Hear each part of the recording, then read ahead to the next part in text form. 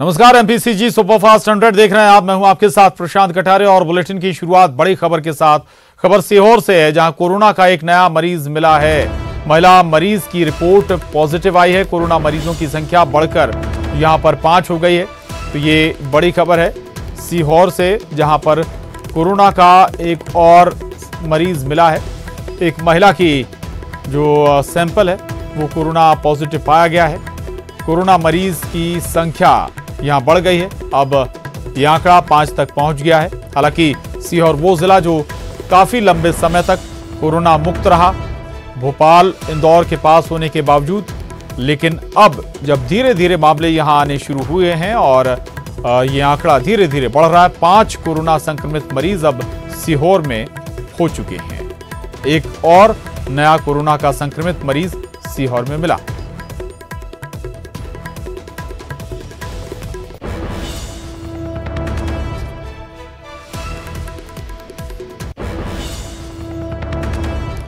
एक और खबर रायपुर से है। भारी मात्रा में बीड़ी और नमक जब्त किया गया है। मालवाहक वाहन से ये बीड़ी और नमक जब्त हुआ है। 2 लोगों के खिलाफ इस मामले में मामला भी दर्ज हुआ है। जब्त माल की कीमत 1,66,000 रुपए बताई जा रही है। नेवरा थाना क्षेत्र का ये मामला है। ये बड़ी खबर है रायपुर से। भारी मात्रा में बीड़ी और नमक जब्त किया गया है। मालवाहक वाहन से ये जब्ती हुई है। आपको याद दिला दें कि इससे पहले छत्तीसगढ़ में नमक की किल्लत की अफवाह फैल गई थी और जमकर मुनाफाखोरी भी हुई थी। कई गुना दामों पर नमक बेचा गया था और अब भारी मात्रा में बीड़ी और नमक जब्त किया गया है। माल वाहन से 2 लोगों के खिलाफ 2 लोगों में एक्शन भी लिया जा रहा है।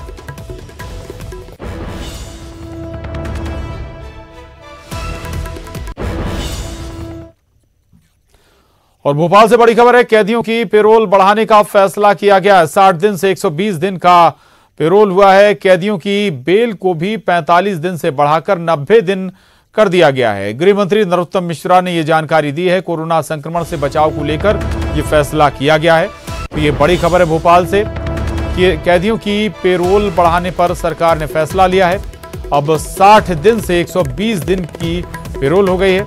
साथ ही कैदियों की बेल को भी 45 दिन से बढ़ाकर 90 दिन कर दिया गया है। गृह मंत्री नरोत्तम मिश्रा ने इसकी जानकारी दी है।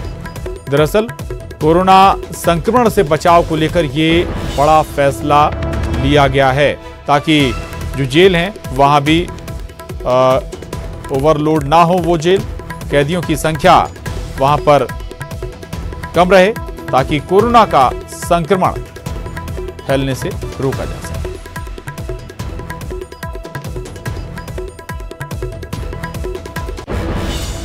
वहीं राजधानी रायपुर के बाजारों में आज से शाम तक रौनक देखने को मिलेगी। लॉकडाउन के दौरान बंद कारोबार की रफ्तार बढ़ाने के लिए सरकार द्वारा पाबंदियों से रियायत देने के बाद अब राजधानी में दुकानों को खोलने की टाइमिंग भी बढ़ा दी गई है। अब शाम 5 बजे तक दुकानें खोली जा सकेंगी। ये टाइमिंग सिर्फ उन्हीं दुकानों पर लागू होगी जिन्हें जिला प्रशासन की तरफ से खोलने की अनुमति दी गई है। आर्थिक गतिविधियां बढ़ाने के लिए कुछ पाबंदियों पर फिर एक बार रियायत दी गई है। दुकानों को खोलने की जो टाइमिंग है वो बढ़ा दी गई है। अब शाम 5 बजे तक सभी दुकानें खुली रहेंगी। रायपुर के मालवीय रोड पर इस वक्त मैं मौजूद हूं और आप ये देखिए कि जो पुराना फॉर्मूला है दिनों वाला, वो फॉर्मूला लागू रहेगा। केवल टाइम में जो है वो बढ़ोतरी की गई है, क्योंकि व्यापारियों की शिकायत थी कि जो समय था वो उन्हें कम दिया जा रहा था और इस दौरान जो दुकानें खुल भी रही थी उसका कोई फायदा उन्हें नहीं मिल रहा था। और इसी वजह से जो दुकानों की टाइमिंग है वो बदली गई है। आप देखिए कि यहाँ पर जो दुकानदारों ने अपने शॉप के सामने भी ये समय लिख दिया है कि ये दुकान जो है वो केवल मंगलवार और गुरुवार को खुलेगी, जो कि समय होगा सुबह 9 बजे से शाम 5 बजे तक। ये समय पहले 3 बजे तक और कई कुछ प्रतिष्ठानों में 2 बजे तक के दिया गया था अलग अलग जगहों पर। और ऑड और इवन का भी फॉर्मूला निभाया गया है जिस तरह से रायपुर में। और अभी मालवीय रोड में एक साइड की दुकानें आपने देखी, ये पूरी तरह से खुली हुई हैं। अब दूसरी तरफ की दुकानें आपको दिखाना चाहूंगा कि ठीक मेरे जो दाहिने और आप देखेंगे कि जितनी दुकानें हैं वो अभी बंद हैं।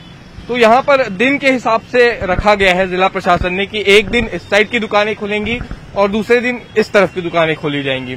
तो इसी फॉर्मूले के आधार पे अभी जो है सारी दुकानें खुलेंगी और आर्थिक गतिविधियां बढ़े, इसकी यहाँ पर कोशिश अभी की जा रही है और इस वजह से दुकानों की टाइमिंग में बढ़ोतरी की गई है।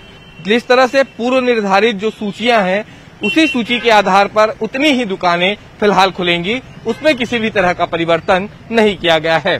कैमरा पर्सन धर्मचंद साहू के साथ देवव्रत भगत, न्यूज 18 रायपुर। वहीं लॉकडाउन के बीच शहर के ऐतिहासिक धरोहरों को जीवित करने की कोशिश जारी है। राजधानी के बूढ़ा तालाब में कई करोड़ खर्च कर दिए गए और अब नए महापौर एजाज ढेबर भी इस तालाब को संवारने में लगे हैं। इस दौरान तालाब से 100 ट्रक से भी ज्यादा मलबा निकाला गया है। प्रदेश के मुख्य सचिव भी सीधे इसकी मॉनिटरिंग कर रहे हैं। आज एमआईसी सदस्यों ने अपने सुझाव यहां दिए हैं।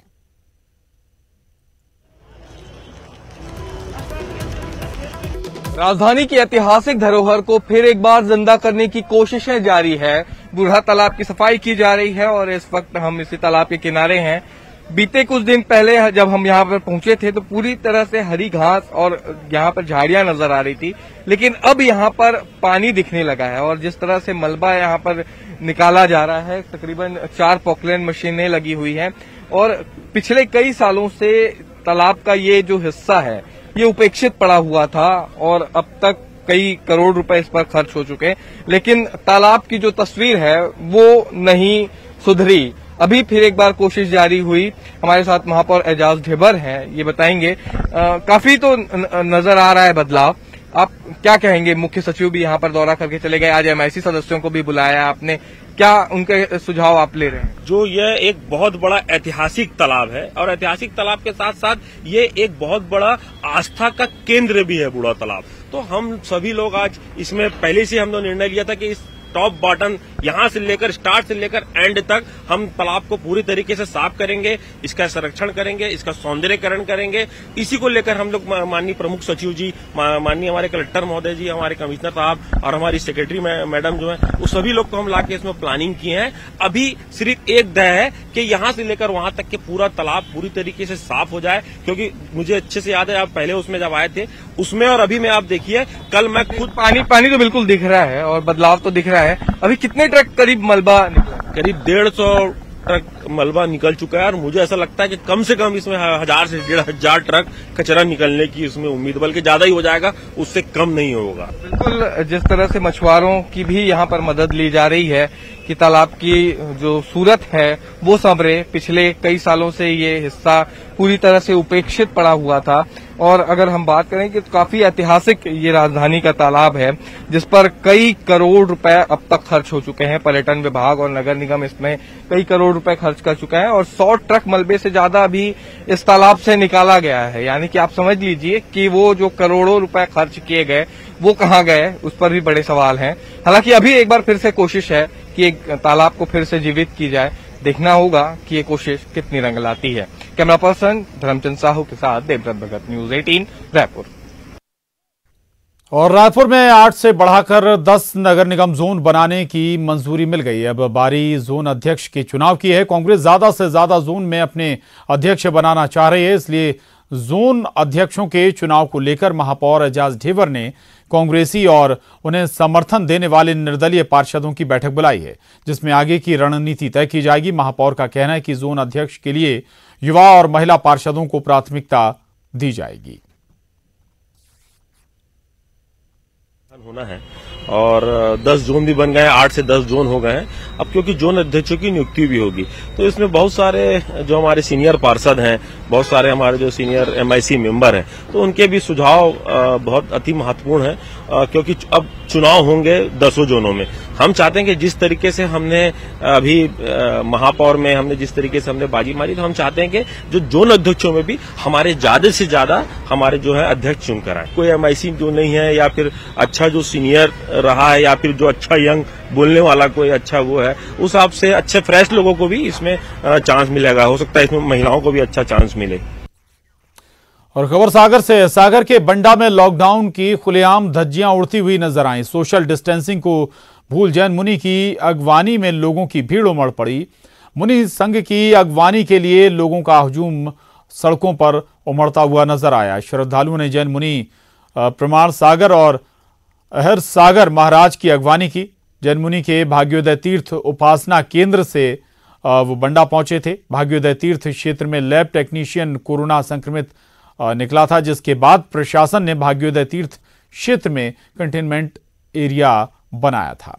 भीड़ का वीडियो वायरल होने के बाद प्रशासन हरकत में आया है। मामले में लॉकडाउन का उल्लंघन करने पर 5 लोगों के खिलाफ नामजद और 100 से ज्यादा अज्ञात लोगों के खिलाफ पुलिस ने मामला दर्ज किया है।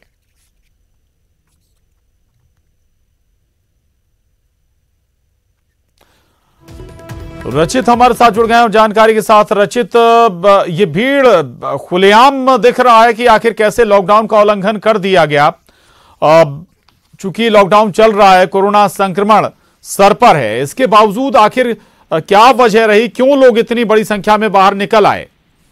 जी प्रशांत, आपको बता दें कि ये सागर के बंडा का मामला है, जहां पर भाग्योदय तीर्थ क्षेत्र के उपासना केंद्र से मुनि प्रमाण सागर और आहार सागर जी ने सत्संग विहार किया था, जिसमें जिला प्रशासन ने 20 लोगों को साथ में चलने की बाद 9 वाहन की अनुमति दी थी। लेकिन मुनि संघ के बंडा पहुंचने पर लोगों का हुजूम सड़क पर आ गया और खुले आम सोशल डिस्टेंस की धज्जियां उड़ाई गई। इसमें जो भीड़ दिखाई दे रही है, इसमें भीड़ के चेहरे पर मास्क नहीं था और इस समय लॉकडाउन चल रहा है। 17 मई तक देश में लॉकडाउन। क्या प्रशासन ये अज्यूम नहीं कर पाया, ये आकलन नहीं कर पाया कि अगर कोई इस तरह का सत्संग होगा तो ऐसी भीड़ उमड़ेगी ही? अगर देखा जाए तो स्थानीय प्रशासन मौके पर था, लेकिन उसने वहां पर कोई ध्यान नहीं दिया और भीड़ रोकने की भी कोशिश नहीं की। वीडियो वायरल होने के बाद पुलिस के अधिकारियों ने इसके जांच कर कार्रवाई के निर्देश दिए थे, जिसमें 5 लोगों पर नामजद व 100 से अधिक लोगों पर अज्ञात में लॉकडाउन के उल्लंघन का मामला दर्ज किया गया। प्रशांत, बिल्कुल एक्शन जरूर अब लिया गया है, लेकिन ये जरूर समझना होगा कि सागर में भी 5 स्वस्थ हुए जरूर, लेकिन कुल 8 अभी तक कोरोना संक्रमण के मामले सामने आ चुके हैं, यानी कि खतरा सागर पर भी मंडरा रहा है। रचित, देखा जाए तो बाहर से जो व्यक्ति लौट रहे हैं वो कोरोना संक्रमित पाए जा रहे हैं। सागर में अभी तक एक्टिव पॉजिटिव मरीजों की संख्या 8 है। 5 स्वस्थ हो चुके हैं। एक व्यक्ति जो बीना के रहने वाला था, जो भोपाल रेफर होने के बाद उसकी मौत हो गई थी, जिला प्रशासन ने उसे अभी ऐड किया है। ऐसे में कुल संक्रमित मरीजों की संख्या सागर में 14 हो गई। बिल्कुल बिल्कुल, शुक्रिया रचित आपका इस पूरी जानकारी के लिए, धन्यवाद। तो 8 मामले सागर में भी हैं और उस लिहाज से आप देख सकते हैं कि आखिर अगर सागर में इस तरह की भीड़ अगर किसी सत्संग में उमड़ती है तो वो कितना खतरा पैदा कर सकती है। यहाँ पर कम्युनिटी स्प्रेड भी हो सकता है अगर ऐसे सत्संग होते रहे तो।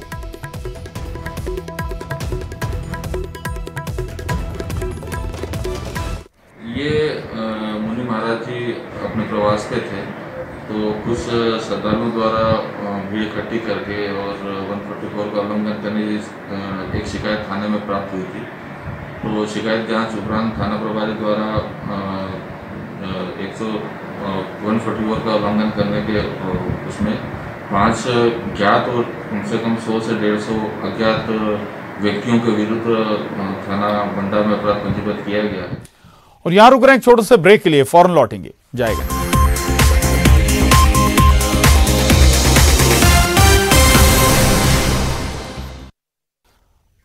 और ब्रेक के बाद बड़ी खबर धार से है। आपको बता दें कि धार में तेज रफ्तार गाड़ी पलट गई है और इस हादसे में 2 लोगों की मौत हो गई है, जबकि 9 लोग जख्मी हुए हैं। बैडी गांव की यह घटना बताई जा रही है। धार में यह हादसा पेश आया है, तेज रफ्तार वाहन पलट गया है, 9 लोग जख्मी हुए जबकि 2 लोगों की जान गई है। नवीन मेहर हमारे साथ जुड़ गए हैं और जानकारी के साथ। नवीन, कैसे हुआ यह हादसा और कौन लोग इसमें सवार थे? जी हाँ प्रशांत, बिल्कुल बताना चाहूंगा कि ये पूरी घटना जो है गंजवानी थाना क्षेत्र के अंतर्गत हरनिया बढ़नी एक गांव आता है, वहाँ की ये पूरी घटना है। और ये पिकअप वाहन जो है अनियंत्रित होकर पेड़ से जा टकराया और इसके बाद में पलटी खा गया। इस पूरी घटना में जो है 2 लोगों की मौत हो गई है, वही 9 लोग जो है वो घायल बताए जा रहे हैं। सभी घायल जो है गंजवानी के अस्पताल में उनका उपचार अभी जारी है। वहीं ये पूरे लोग जो थे ये आसपास के गाँव के ही थे और ये पास ही के गांव में कुछ सामान लेने के लिए जा रहे थे, तभी हरनिया बड़ी के पास में जो है ये पूरी घटना हो गई। जी प्रशांत, शुक्रिया आपका इस पूरी जानकारी के लिए नवीन, धन्यवाद। एक और अहम खबर हैदराबाद से है। हैदराबाद से बड़ी खबर है, शहर में तेंदुआ घुस आया है। आरामगढ़ अंडरपास के पास तेंदुआ देखा गया है। तेंदुए के आने से अब हड़कंप मचा हुआ है। सड़क किनारे बताया जा रहा है कि तेंदुआ आकर बैठ गया। तेंदुए को पकड़ने की कोशिशें हो रही हैं। ये बड़ी खबर हैदराबाद से है, जहां शहर में एक तेंदुआ घुस आया। ये तस्वीरें देखिए आप, शहर में ये तेंदुआ आ गया है और तेंदुए के शहर में आने से हड़कंप मचा हुआ है। लोगों के अंदर डर है और सड़क किनारे बैठा ही ये तेंदुआ नजर आया है और तस्वीरें आपके टीवी स्क्रीन पर हैं। हैदराबाद से ये तस्वीरें सामने आई हैं। आराम फरमाता हुआ ये तेंदुआ नजर आया है। संजय हमारे साथ जुड़ गए हैं हैदराबाद से। संजय, स्वाभाविक है लॉकडाउन चल रहा है, तो अब जंगलों के बाद लगभग वैसा ही शांत माहौल इन जंगली जानवरों को नजर आ रहा है शहरों के अंदर भी, लेकिन ये तस्वीर अब ऐसा दिख रहा है कि किसी हाईवे पर ये या सड़क पर पहुंच गया है। शहर के बीचों बीच ये तेंदुआ पहुंच गया है। कौन सा इलाका है जहां ये तेंदुआ देखा गया संजय? ये दरअसल जो शमशाबाद एयरपोर्ट जाने का जो रास्ता है, वहाँ आरामगढ़ चौरास्ता जो आता है चौराहा, वहाँ जो अंडरपास बना हुआ है उसके पास जो है वो ये तेंदुआ अचानक नजर आया। लोगों को सड़क किनारे बैठा हुआ था, उसको देखते ही लोग जो है वो डर गए काफी, और काफी देर ये वहाँ बैठा रहा। उसके बाद ये दौड़ता हुआ जो है वो अंडरपास के नीचे चला गया।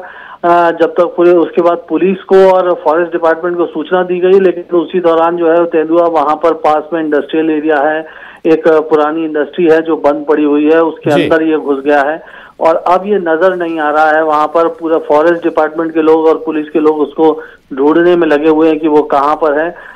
मैं आपको बताऊं कि ड्रोन कैमरे की मदद लेने की बात की जा रही है कि ड्रोन के जरिए पूरे इलाके को सर्च किया जाएगा और जहां पर भी होगा वहां इसको ट्रैंकुलाइज करके इसको और फॉरेस्ट डिपार्टमेंट के लोग इसको ले जाके जंगल में छोड़ेंगे। तो लेकिन अभी फिलहाल जो है वो तेंदुआ फॉरेस्ट डिपार्टमेंट के कब्जे में नहीं आ पाया और यही मुख्य दहशत की वजह है। शहर के अंदर तेंदुआ कैसे आया ये भी एक सवाल है और जाहिर तौर पर जो है उतना ट्रैफिक नहीं है, तो जंगल से हो सकता है कि वहां से जो है वो शहर की तरफ को निकल आया हो। लोग काफी डरे हुए हैं उस इलाके में और फॉरेस्ट डिपार्टमेंट के लोग और पुलिस के लोग जो है वो तेंदुए की तलाश कर रहे हैं। जी, हैदराबाद के से लगी हुई कोई बड़ी फॉरेस्ट रेंज भी है या फिर कोई बड़ा अभ्यारण्य भी है क्या, जहां से ऐसे जंगली जानवर आ सकते हैं या आ जाते हैं होंगे संजय? दरअसल जो विकाराबाद एरिया है वहाँ आसपास जंगल है। इसके अलावा जो महेश्वरम का इलाका है वहाँ पर भी कुछ जंगल इलाका है। जो ये कर्नूल के लिए जो रास्ता जाता है हैदराबाद से, वहाँ पर भी जंगलात हैं, तो हो सकता है कि उस तरफ से आया हो। अब ये अभी फिलहाल ये बता पाना फॉरेस्ट डिपार्टमेंट के लोगों के लिए भी मुश्किल है कि ये किस तरफ से आया, लेकिन ठीक, बिल्कुल बिल्कुल। अब जो वन विभाग है वो इस तेंदुए की खोजबीन में लग गया है, इसे ट्रेस किया जा रहा है और जल्द से जल्द इसे पकड़ने की कोशिशें की जा रही हैं। धन्यवाद आपका। और अगली खबर का रुख करें छतरपुर से। बड़ी खबर है, एसडीएम का बत्ती मोह, जहां बिना परमिशन वाहन में इन्होंने पीली बत्ती लगा ली। लॉकडाउन में बीकन लाइट लगाने की छूट मिली थी। राजनगर एसडीएम हैं स्वप्निल वानखेड़े। तो ये छतरपुर से बड़ी खबर है। आपको बता दें कि राजनगर एसडीएम स्वप्निल वानखेड़े ने अपने वाहन पर पीली बत्ती लगा ली। लॉकडाउन में हालांकि इन्हें बीकन लाइट लगाने की छूट मिली हुई थी और इनका बत्ती प्रेम खत्म नहीं हो रहा है। ये देख सकते हैं आप, ये राजनगर के एसडीएम स्वप्निल वानखेड़े का वाहन है। उनके वाहन पर पीली बत्ती लगी हुई है।